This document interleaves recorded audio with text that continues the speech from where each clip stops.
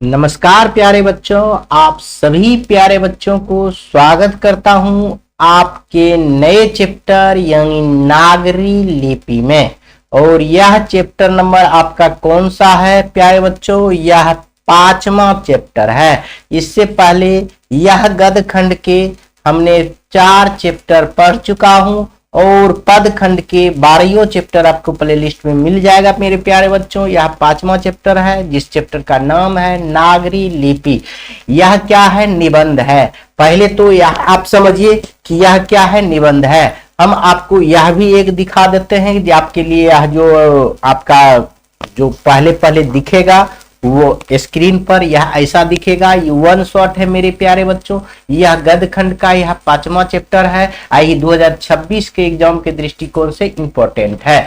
तो हम सबसे पहले लेखक परिचय देखते हैं। सबसे पहले यह देखेंगे कि उसके बाद हम लोग कहानी का सारांश देखेंगे। उसके बाद ऑब्जेक्टिव सब्जेक्टिव देखते हुए सारा समाप्त करेंगे, यानी वन शॉट। इसके अलावा कोई वीडियो आपको नहीं देखना है मेरे प्यारे बच्चों, कोई भी वीडियो आपको नहीं देखना है। तो देखिए लेखक परिचय हम लोग देख लेते हैं। लेखक का नाम क्या है? गुणाकर मूले। तो कैसे याद करेंगे? तो नगर में जो होता है लोग गुणवान ज्यादा होता है, इसीलिए गुणवान से हम याद रखेंगे गुणाकर मूले। नगर में कौन होते हैं? गुणवान व्यक्ति ज्यादा होते हैं, इसलिए इसको कैसे याद रखेंगे?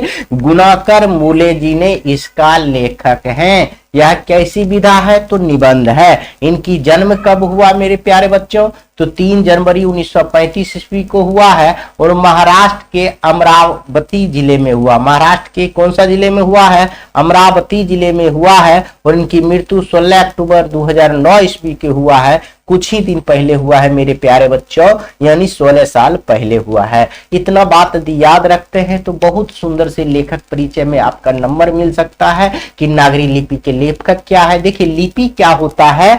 कोई भी भाषा के लिखने का तरीका। हिंदी में हमने बहुत विशेष ध्यान देकर आपको बताया है लिपि किसे कहते हैं। जैसे हिंदी का लिपि क्या है? देवनागरी है।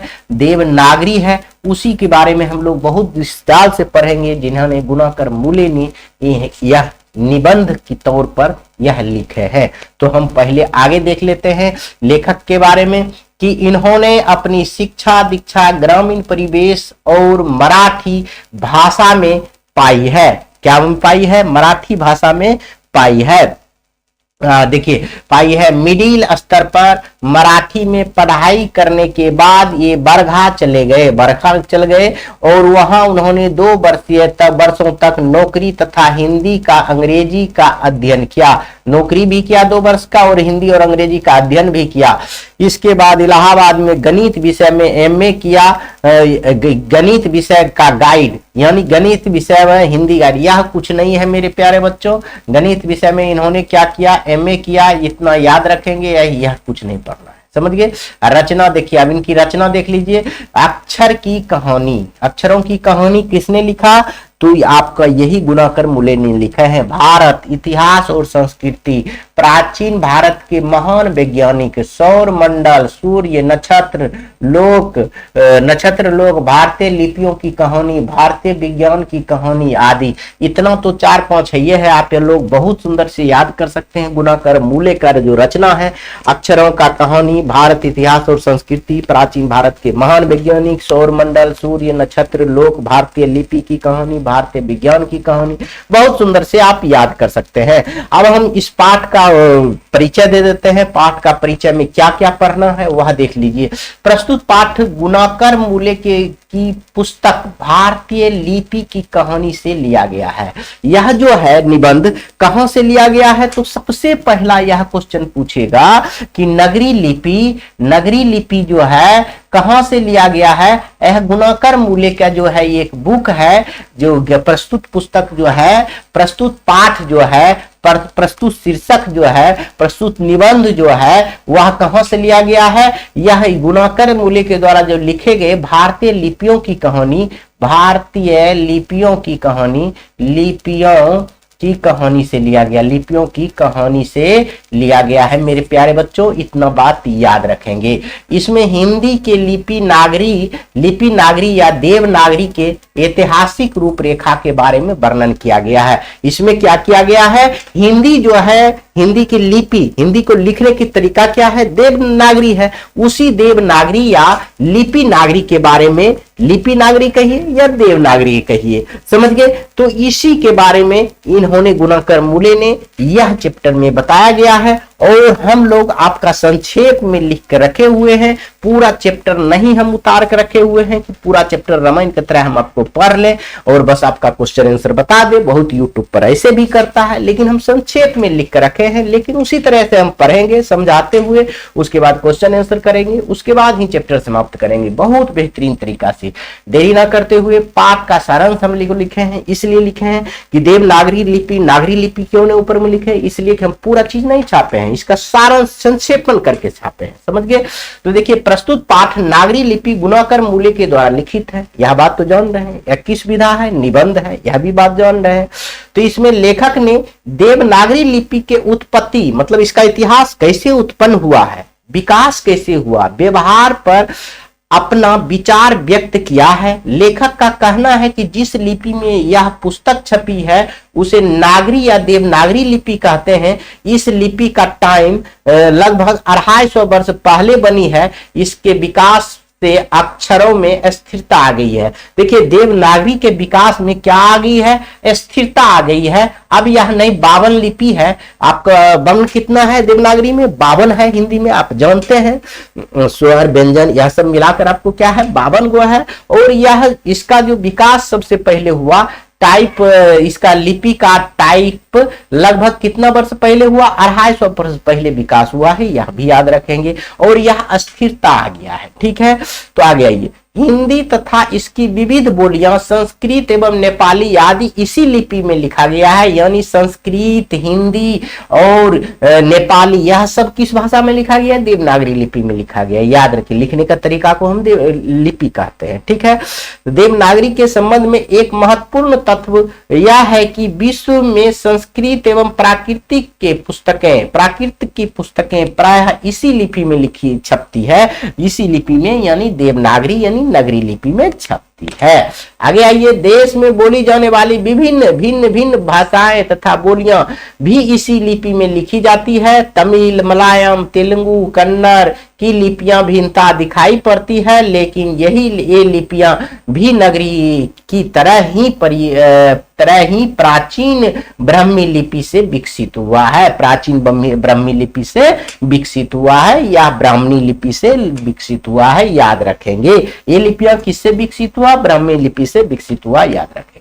लेखक का कहना है कि नागरी लिपि में आरंभिक लेख में दक्षिण भारत से ही मिले हैं। तो लेखक का कहना है जो नगरी लिपि है शुरुआत में कहां से मिला है, दक्षिण भारत से मिला है, याद रखेंगे, क्वेश्चन पूछा जाएगा। तो आगे पढ़ेंगे, यह लिपि नंदी नगरी लिपि कहलाती है। लिपि क्या कहलाता है, नंदी नगरी लिपि कहलाता है, जो दक्षिण भारत से प्राप्त हुआ है। दक्षिण भारत में तमिल, मलयालम और तेलुगु, कन्नड़ लिपियों का स्वतंत्र विकास हो रहा है। फिर भी कई शासकों ने नगरी लिपि का प्रयोग किया है, जैसे 11वीं सदी में राज और राजेंद्र जैसे प्रतापी चोल राजाओं के सिक्कों पर नगरी अक्षर अंकित है। तो 12वीं सदी में केरल के शासकों के सिक्कों पर वीर केरलस्य अंकित किया गया है। देखिए, सब कुछ यही नगरी लिपि के विशेषता के बारे में हम लोग पढ़ रहे हैं। आगे पढ़ेंगे, इसी प्रकार 9वीं सदी के बरगुन का पलियम ताम्रपत्र नगरी लिपि में है। तो ये 11वीं सदी के इस्लामी शासन की नींव डालने वाले महमूद गजनवी की चांदी के सिक्के पर भी नगरी लिपि का शब्द मिला है। नगरी लिपि का हम लोग इतिहास पढ़ रहे हैं, कब कब मिला है। देखिए, 9वीं सदी में, 11वीं शताब्दी में, 8वीं शताब्दी में कब कब क्या मिला है नगरी लिपि का, यह साक्ष्य लेखक ने, गुणाकर मूले ने बताने की कोशिश की है। उसके बाद देखिए, गजनवी के बाद मोहम्मद गोरी आया। इतिहास में आप समझे, मध्यकालीन भारत में तो अलाउद्दीन खिजली आया, शेरशाह सूरी आदि शासक ने सिक्के पर नगरी शब्द खुदवाए और अकबर के सिक्के पर तो नगरी लिपि में राम सिय, रामसिय शब्द अंकित है। अकबर के सिक्के पर कौन सा शब्द अंकित है? रामसिय शब्द अंकित था, जो कि नगरी लिपि में। तात्पर्य है कि इसका तात्पर्य यह है कि नगरी लिपि का प्रचलन ईसा के 8वीं 9वीं शताब्दी से प्रारंभ हो गया। नगरी लिपि का शुरुआत कब से हुआ? 8वीं 9वीं शताब्दी से प्रारंभ हो गया, हम समझ सकते हैं, ऐसा लेखक कह रहे हैं। आगे आइए, तो कहते हैं लेखक ने लिपि को पहचान में कहा कि ब्राह्मी तथा सिद्धम लिपि अक्षर त्रिकोण है, जबकि नगरी लिपि का अक्षर के सिरों पर लकीर के लंबाई और चौड़ाई एक समान होता है। समझिए, इसलिए लोग इसका प्रयोग करता है। प्राचीन नगरी लिपि के अक्षर आधुनिक नगरी लिपि से मिलते जुलते हैं। इस प्रकार दक्षिण भारत के नगरी लिपि के लेख 8वीं सदी से उत्तर भारत में 9वीं सदी में मिलने लगे हैं। सबसे पहले प्राचीन भारत में ही नगरी लिपि मिले थे, याद रखेंगे। अब प्रश्न उठता है कि इस नई लिपि को नगरी या देवनागरी तथा नंदी नागरी क्यों कहते हैं? अब प्रश्न उठ रहा है कि इसी नई लिपि को हम लोग नगरी, देवनागरी या नंदी नागरी क्यों कहा गया? तो इसका हम जवाब देंगे, नगरी शब्द का उत्पत्ति के संबंध में विद्वान का मत एक है नहीं है। कुछ विद्वान का मत है कि गुजरात के नगर ब्राह्मण के इस लिपि का सर्वप्रथम प्रयोग किया था, इसलिए इसका नाम नगरी पड़ा। किंतु कुछ विद्वानों का मत के अनुसार अन्य नगर तो मात्र नगर है, परंतु काशी के देवनागरी माना जाता है, इसलिए इसका नाम देवनागरी पड़ा। देखिए, काशी को देवनागरी बोला जाता है। काशी से आविष्कार हुआ तो कुछ विद्वान कह रहा है उसे देवनागरी कहते हैं। और गुजरात के यानी कह सकते हैं ब्राह्मण लोग, नगर ब्राह्मण में, गुजरात के नगर ब्राह्मण ने इस लिपि का आविष्कार किया, इसलिए इसको हम कहते हैं नगरी लिपि भी कहते हैं। यह थोड़ा सा एक सवाल का जवाब होगा। अल बरूनी के अनुसार 1000 ईस्वी के आसपास नगरी शब्द अस्तित्व में आया, 1000 के आसपास। इसका निश्चित ही नगरी शब्द किसी नगर अथवा शहर से संबंधित है। दूसरी बात यह है कि उत्तर भारत की स्थापत्य कला की विशेष शैली के नगर शैली कहा जाता था। स्थापत्य कला को क्या कहा जाता था? विशेष शैली, नगर शैली कहा जाता था, नगर शैली कहा जाता था। यह नगर या नगरी उत्तर भारत के किसी बड़े नगर से संबंध रखता था। उस समय उत्तर भारत के प्राचीन पटना सबसे बड़ा नगर था। साथ ही गुप्त शासन चंद्रगुप्त द्वितीय, विक्रमादित्य या व्यक्तिगत नाम देव था। संभव है कि गुप्तों की राजधानी पटना के देवनगर कहा गया हो, और देवनगर की लिपि होने के कारण देवनागरी लिपि का नाम दिया गया। पटना जो है विशाल शहर था, विशाल नगर था, और वह पटना को देवनगर कहा जाता था। इसी देवनगर के यह लिपि लिखने की तरीका को लोग देवनागरी लिपि भी कहने लगा। इसका मतलब ये हुआ गुणाकर मूल्य के अनुसार। अंततः लेखक ने इस निष्कर्ष पर पहुंचता है कि ईसा के 8वीं से 11वीं शताब्दी तक लिपि का सर्वदेशिक हो गया, मतलब सभी जगह विकास हो गया। इसलिए इसके नामकरण के विषय में कुछ कहना संभव नहीं लगता। मिहिर भोज के ग्वालियर प्रशस्ति नागरी लिपि में है। धारा नगरी का परमार शासक भोज अपने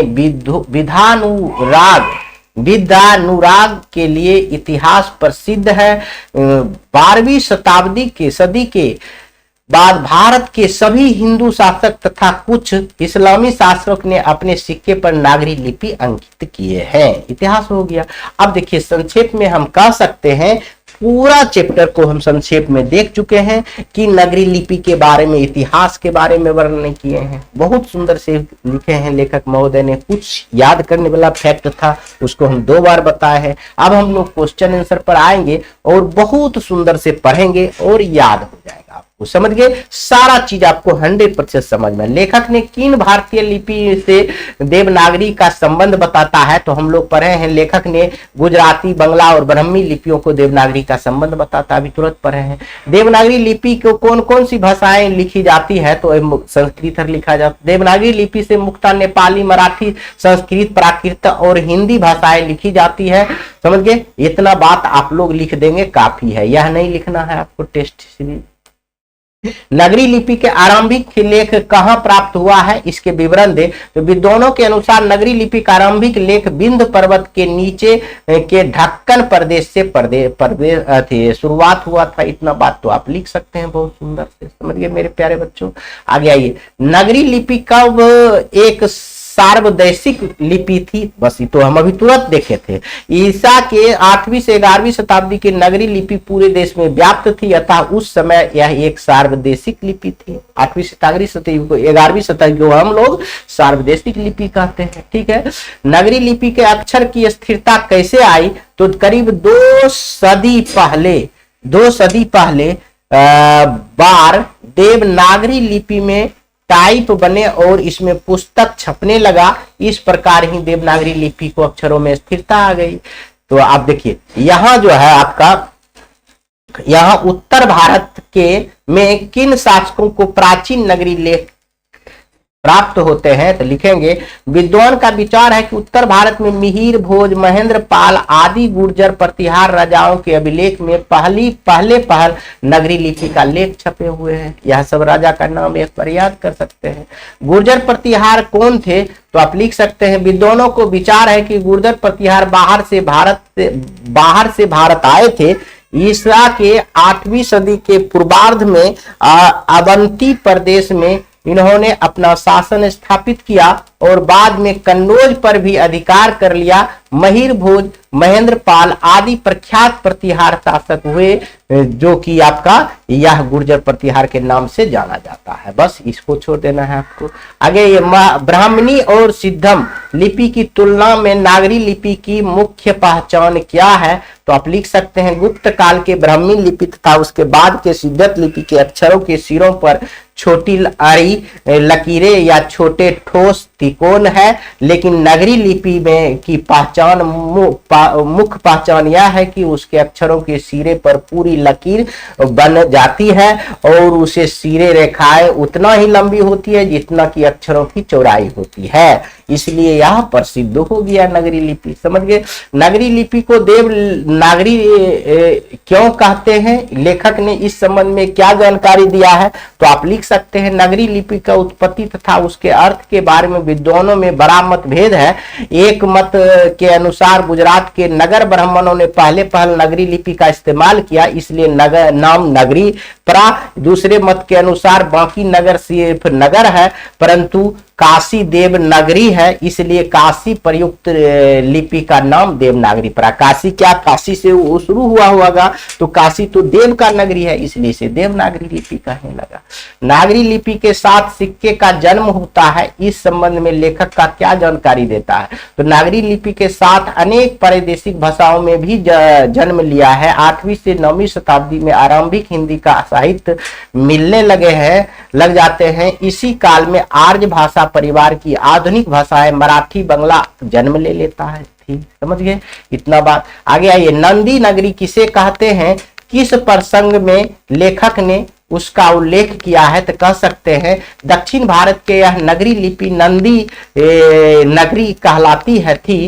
कोकण के शिलाहार, मान्य खेत के राष्ट्रकूट, देवगिरी के यादव तथा विजयनगर के शासकों को लेख नंदी नागरी लिपि में है। पहल विजयनगर के राजाओं के लेख को लिपि को ही नंदी नगरी लिपि के नाम से जाना जाता था। उसी नंदी लिपि के बारे में हम लोग बार बार पढ़ रहे हैं। अब हम लोग दीर्घोत्तरीय क्वेश्चन 2, 3 क्वेश्चन है, इसको थोड़ा सा देख लेते हैं। देखिए ये तो आपको झिलमिला रहा होगा, तो ऐसा करते हैं इसको कलर बदल देते हैं। प्रश्न देखिए झिलमिला रहा है कि नहीं ला रहा, बहुत सुंदर से झिलमिला रहा है।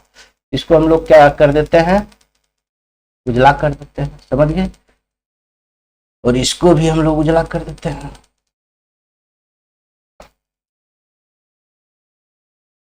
दिखवे नहीं करेगा तो कैसे पढ़ाई हो।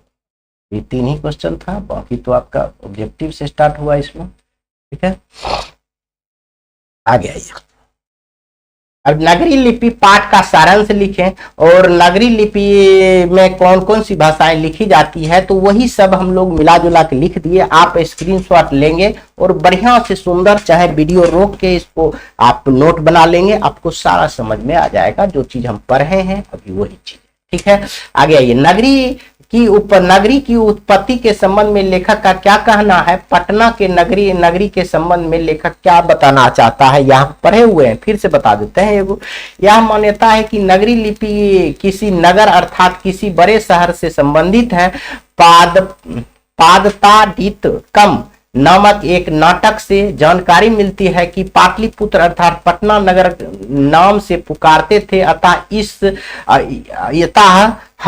अतः हम कह लिखेंगे, यहाँ क्या होगा, अतः हम यह भी जानते हैं कि स्थापत्य की उत्तर भारत की एक विशेष शैली की नगर शैली कहते हैं। अतः नगर या नागरी शब्द उत्तर भारत के किसी बड़े नगर से संबंधित रखता है। विद्वानों के अनुसार उत्तर भारत के यह बड़ा नगर निश्चित रूप से पटना ही होगा। चंद्रगुप्त द्वितीय विक्रमादित्य का व्यक्तिगत नाम देव था, इसलिए गुणों के राजधानी पटना थे। इसलिए गुणों के राजधानी, यह सभी का राजधानी, यह गुणों हटाइए, यह सभी की राजधानी कहाँ था, पटना था, और यह बहुत बड़ा नगर था। इसी पटना को देवनगर भी कहा जाता था। देवनगर की लिपि होने से उत्तर भारत की प्रमुख लिपि के बाद देवनागरी नाम दिया गया। वह पटना को देवनगर भी कहा जाता था, उसी के कारण वहां जो है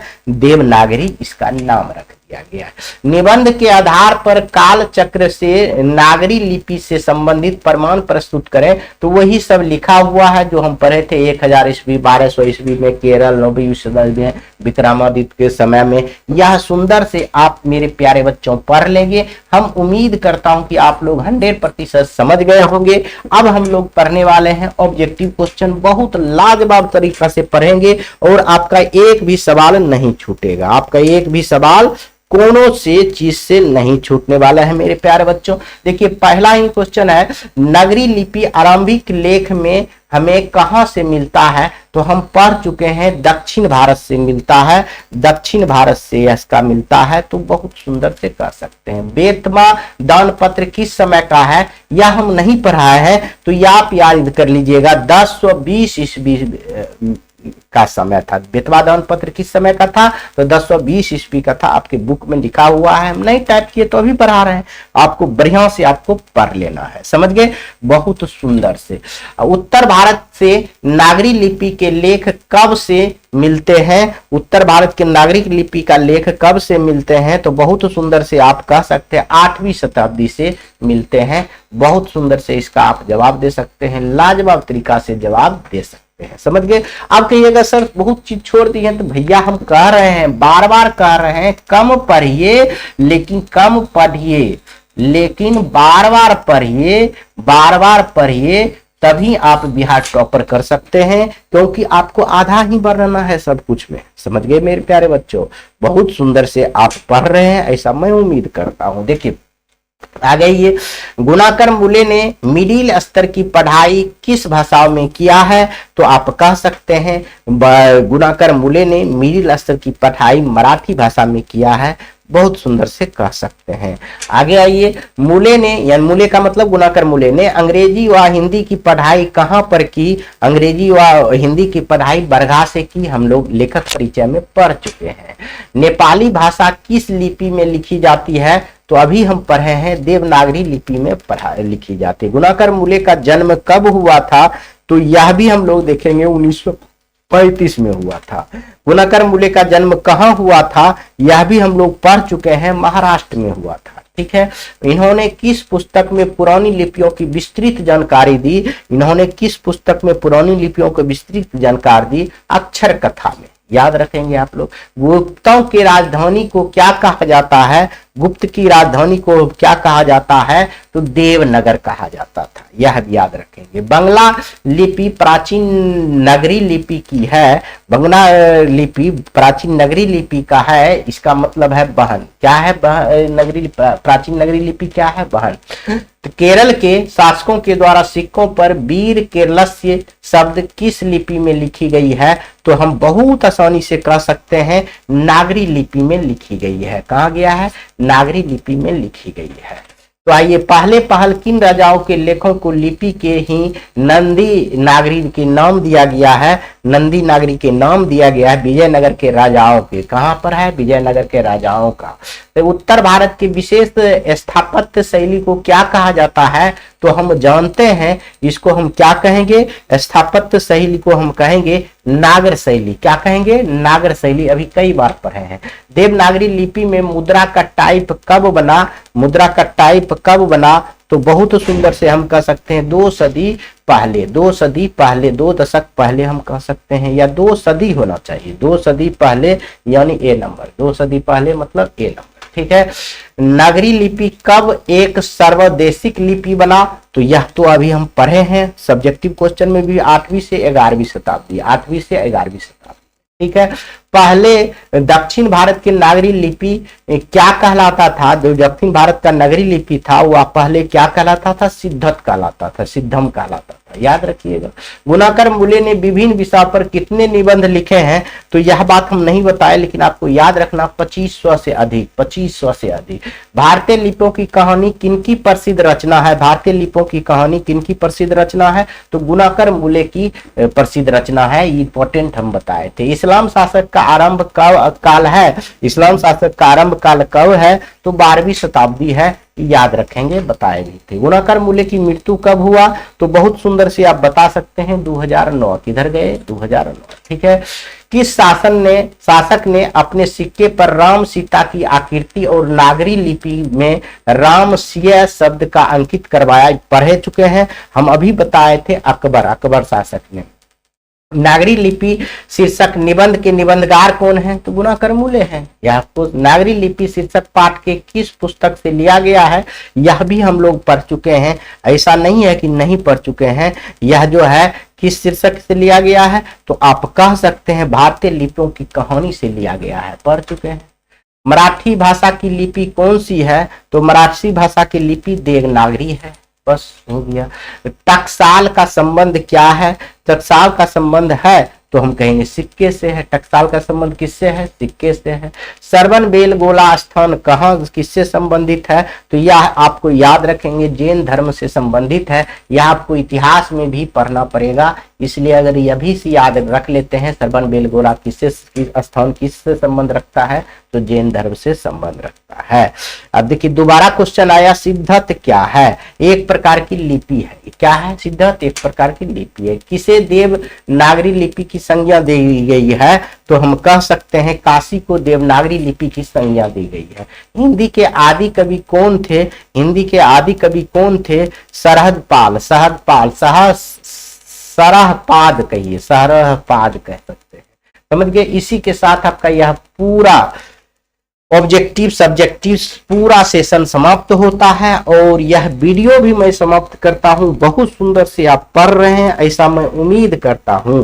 समझ गए मेरे प्यारे बच्चों? इसी के साथ वीडियो समाप्त करते हैं। जय हिंद।